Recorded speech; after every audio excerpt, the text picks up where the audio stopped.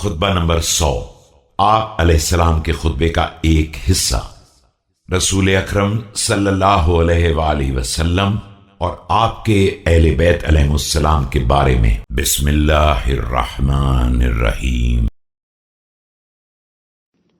الحمد لله الناشر في الخلق فضله والباسط فيهم بالجود يده، نحمده في جميع أموره ونستعينه على رعاية حقوقه۔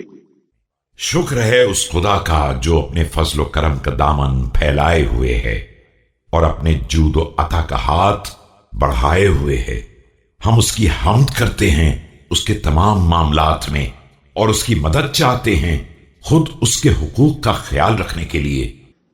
ونشهد أن لا إله غيره وأن محمدا عبده ورسوله أرسله بأمره صادعا وبذكره ناطقا فأدى أمينا ومضى رشيدا۔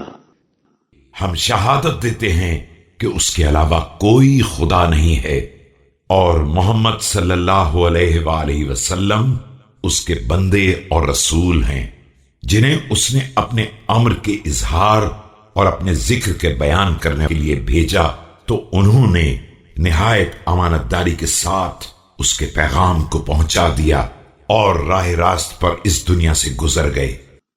وخلف فينا راية الحق، من تقدمها مرق ومن تخلف عنها زهق ومن لزمها لحق، دليلها مكيث الكلام بطيء القيام سريع إذا قام۔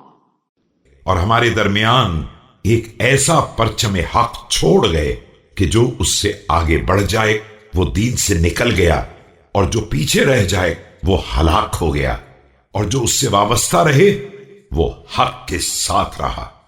اس کی طرف رہنمائی کرنے والا وہ ہے جو بات ٹھہر کر کرتا ہے اور قیام اطمینان سے کرتا ہے، لیکن قیام کے بعد پھر تیزی سے کام کرتا ہے۔ فإذا أنتم ألنتم له رقابكم وأشرتم إليه بأصابعكم جاءه الموت فذهب به فلبثتم بعده ما شاء الله حتى يطلع الله لكم من يجمعكم ويضم نشركم۔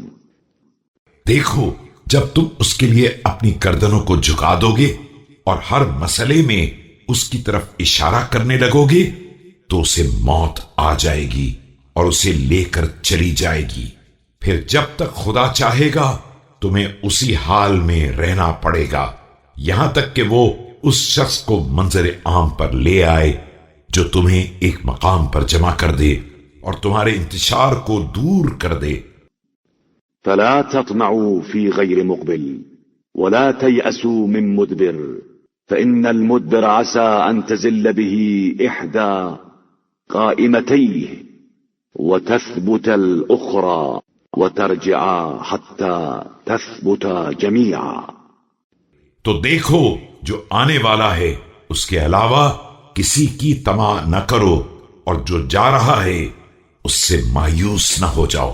ہو سکتا ہے کہ جانے والے کا ایک قدم اکھڑ جائے تو دوسرا جمع رہے، اور پھر ایسے حالات پیدا ہو جائیں کہ دونوں قدم جم جائیں۔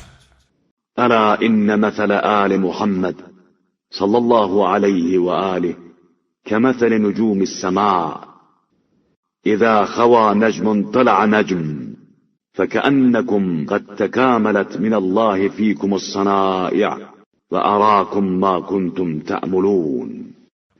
دیکھو، آل محمد کی مثال آسمان کے ستاروں جیسی ہے کہ جب ایک ستارہ غائب ہو جاتا ہے تو دوسرا نکل آتا ہے، تو گویا اللہ کی نعمتیں تم پر تمام ہو گئی ہیں اور اس نے تمہیں وہ سب کچھ دکھلا دیا ہے جس کی تم آس لگائے بیٹھے تھے۔